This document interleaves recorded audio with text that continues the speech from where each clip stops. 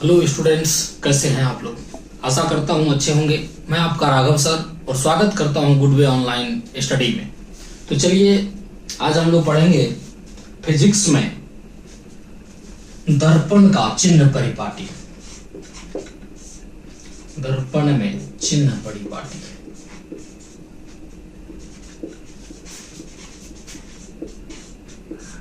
चिन्ह परिपाटी देखिए ये बहुत इंपॉर्टेंट है, खास करके नॉमिकल बनाने के पॉइंट ऑफ व्यू से बहुत ज्यादा इंपॉर्टेंट है ये, इसको समझना बहुत जरूरी है। तो कोई भी दर्पण हो, हम लोग एक अवतल दर्पण बनाते हैं पहले। ये हो गया अवतल दर्पण। कौन सा दर्पण है ये? अवतल दर्पण। दूसरा बना लेते हैं उत्तल दर्पण।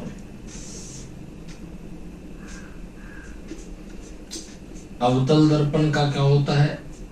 परावर्तक सतह अंदर की ओर धंसा हुआ होता है, और उत्तल दर्पण का परावर्तक सतह ऊपर की ओर उठा हुआ होता है। तो ये हो गया अवतल दर्पण और ये हो गया उत्तल दर्पण। अब क्या करते हैं कि इसमें मुख्य अक्ष ले लेते हैं। ये हो गया ध्रुव, ये हो गया फोकस और ये हो गया वक्रता केंद्र।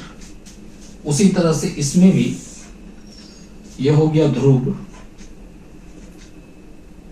ये हो गया फोकस और ये हो गया वक्रता केंद्र। चलिए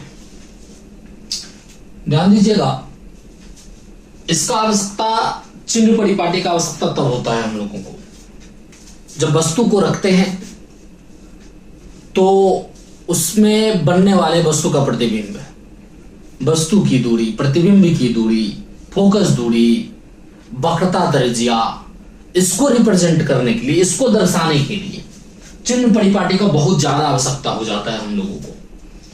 तो ध्यान दीजिएगा, सबसे पहले हम लोग जान लेते हैं कि यू माने क्या होता है। यू क्या होता है? तो यू मान के चलिए हम वस्तु को यहां रख रहे हैं। कोई एक वस्तु है जिसको यहां रखना है, एक वस्तु दूसरा यहां रखना है। ये अवतल दर्पण के सामने एक वस्तु हमने रख दिया। तो ये वस्तु का जो दूरी होता है, कहां से? ध्रुव से। ये ध्रुव से लेकर के ये वस्तु तक का जो दूरी होता है, इस दूरी को यू कहा जाता है। वस्तु की दूरी को ही यू कहा जाता है। अर्थात हम लोग लिखेंगे इसको वस्तु की दूरी। चलिए उसी तरह से भी क्या होता है? तो भी प्रतिबिंब की दूरी होता है। मान के चलिए ये वस्तु है और इसका प्रतिबिंब बन रहा है। तो प्रतिबिंब मान के चलते यहां पे बन रहा है, यहां पे बन रहा है। तो ये प्रतिबिंब जो होगा, तो यहां से लेकर के और यहां तक जो होगा, प्रतिबिंब का दूरी होगा, और इस दूरी को हम लोग भी कहते हैं। तो ये हो जाता है प्रतिबिंब का दूरी, प्रतिबिंब का दूरी। फिर फोकस। फोकस क्या होता है? फोकस दूरी होता है यहां से, ध्रुव से लेकर के फोकस तक, इस बीच का जो दूरी होता है ये फोकस दूरी कहलाता है। इसको हम लोग लिखेंगे फोकस दूरी। फोकस दूरी। तो एक वक्रता केंद्र है जी, यहां से लेकर के यहां तक ये जो होता है वक्रता केंद्र और ध्रुव के बीच का दूरी, इसको वक्रता त्रिज्या कहते हैं। क्या कहते हैं? वक्रता त्रिज्या। तो आर ये 2f के बराबर होता है। ये 2f के बराबर होता है। इसको कहते हैं वक्रता त्रिज्या। वक्रता त्रिज्या ये हो गया। अब ये सारे चीज को किस तरह से हम लोग सवाल बनाने में उपयोग करेंगे, और सवाल बनाने में जो उपयोग में लाएंगे तो उसमें हमें चिन्ह का बहुत ज्यादा आवश्यकता हो जाएगा। तो उसके लिए हम लोग चिन्ह परिपाटी पढ़ने जा रहे हैं। ध्यान दीजिएगा, आप पढ़े होंगे संख्या रेखा। मान के चलिए संख्या रेखा है जिस पर यहाँ 0 है, यहाँ 1 है, यहाँ 2 है, यहाँ 3 है, डॉट डॉट ढेर सारा चीज होता है। ये -1, ये -2, ये -3, डॉट डॉट ढेर सारा चीज होता है। आपने ऐसा पढ़ा होगा। तो इसमें 0 के दाईं ओर जो भी संख्या होता है बाबू, ये क्या होता है? धनात्मक होता है। क्या होता है? धनात्मक होता है। और 0 के बाईं ओर जो भी संख्या होता है वो ऋणात्मक होता है। ऋणात्मक होता है। ये 0 के दाईं ओर धनात्मक संख्या होता है, 0 के बाईं ओर ऋणात्मक संख्या होता है। ध्यान दीजिएगा, यहां पर मूल बिंदु हम लोग किसको कहते हैं? शून्य को कहते हैं। अर्थात शून्य से ही हम लोग धनात्मक और ऋणात्मक को शुरू करते हैं। तो उसी तरह से इसमें दर्पण में क्या होता है? ध्रुव को हम लोग मूल बिंदु मानते हैं। सबसे पहले क्या करेंगे हम लोग? ध्रुव को मूल बिंदु मानते हैं। ध्रुव को मूल बिंदु मानकर दूरियां मापी जाती है। ध्यान दीजिएगा, सबसे पहले हम लोग क्या करेंगे? ध्रुव को, ये ध्रुव हो गया, पोल ध्रुव, उसको मूल बिंदु कह देंगे। अब वहां से हम लोग सफर शुरू करते हैं, अर्थात वहां से हम लोग दूरी मापना शुरू करते हैं। तो मान के चलिए हम लोग यहां से दूरी माप के यहां से यहां तक माप रहे हैं, फिर यहां से यहां तक माप रहे हैं, फिर यहां से यहां, फिर यहां से लेके यहां तक। ये विभिन्न प्रकार का दूरी हम लोगों को हो सकता है, इधर भी हो सकता है दूरी। तो अब उस दूरी में हम लोग चिन्ह का प्रयोग कैसे करेंगे? तो ध्यान दीजिएगा, मान के चलते हैं कि एक ऐसा प्रकाश का किरण हमने ले लिया। तो ऐसा प्रकाश का किरण जो होता है, इसको कौन सा प्रकाश का किरण कहते हैं? तो आपतित किरण कहते हैं। आपतित किरण कहते हैं। ये हो गया आपतित किरण। ध्यान दीजिएगा, ये आपतित किरण हो गया।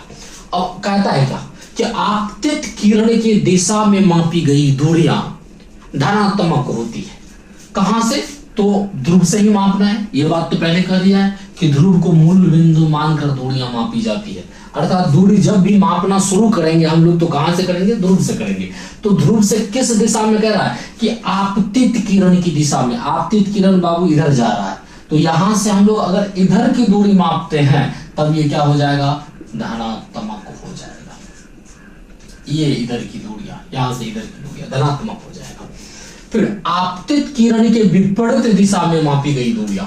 तो आपतित किरण का विपरीत दिशा कहे तो यहां से इधर की ओर, मतलब सीधा मापना है, ऐसा नहीं कि टेढ़ा इधर से इधर जा रहे हैं, ये नहीं, सीधा मापना है हम लोगों को। जब सीधा मापते हैं तो आपतित किरण के विपरीत दिशा में मापी गई दूरियां क्या होता है? ऋणात्मक होता है। ऋणात्मक होता है, ऋणात्मक होगा। अब ध्यान दीजिएगा, ये मूल बिंदु है, तो ये मुख्य अक्ष से लंबवत ऊपर जो भी दूरियां मापा जाएगा, लंबवत ऊपर मतलब यहां से लंबवत ऊपर जो भी दूरियां मापा जाएगा ये धनात्मक होगा। ये धनात्मक। यहां से मुख्य अक्ष से नीचे लंबवत जो भी दूरियां मापा जाएगा वो क्या होगा? ऋणात्मक होगा। ऋणात्मक होगा। सेम कंडीशन यहां भी फॉलो करना है आपको। हमने अवतल दर्पण में चिन्ह परिपाटी को देखा। क्या देखा? कि मुख्य अक्ष के ऊपर मापी गई दूरियां धनात्मक होती है, मुख्य अक्ष के नीचे मापी गई दूरियां ऋणात्मक होती है। फिर ध्रुव के दाईं ओर जाते हैं तो ये आपतित प्रकाश का किरण, आपतित प्रकाश का किरण तो इधर से ही होगा क्योंकि परावर्तक सतह तो इधर है, तो इधर से ही आपतित प्रकाश का किरण होगा। मतलब ध्रुव से इधर जब नापेंगे हम लोग तो क्या हो जाएगा? ये धनात्मक हो जाएगा। ध्रुव से इधर आएंगे तो क्या हो जाएगा? ऋणात्मक हो जाएगा। और यही बात को दूसरे तरीके से फिजिक्स की भाषा में कहता है कि आपतित किरण की दिशा में मापी गई दूरियां धनात्मक और आपतित किरण की विपरीत दिशा में मापी गई दूरियां ऋणात्मक होती है। चलिए आगे बढ़ते हैं। सेम चीज यहां भी है कि एक आपतित किरण हमने लिया, या आपतित किरण की दिशा में हम दूरी मापते हैं, तो यहां से इधर की ओर जो भी दूरी मापेंगे तो ये हो जाएगा कौन सा? तो धनात्मक हो जाएगा। क्या हो जाएगा? धनात्मक हो जाएगा। धनात्मक हो जाएगा इधर। अब ध्रुव से इधर की दूरी मापते हैं तो ये क्या हो जाएगा? ऋणात्मक हो जाएगा। ऋणात्मक हो जाएगा।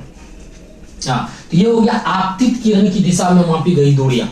अब ध्रुव से जब मापना शुरू करते हैं, जब ध्रुव से मापना शुरू करते हैं तो आपतित किरण की दिशा में अगर ध्रुव से मापेंगे तो यहां से इधर जाएंगे। जब यहां से इधर जाएंगे तो फिर क्या हो जाएगा? इधर वाला ये सारा का सारा धनात्मक हो जाएगा और इधर वाला सारा का सारा क्या हो जाएगा?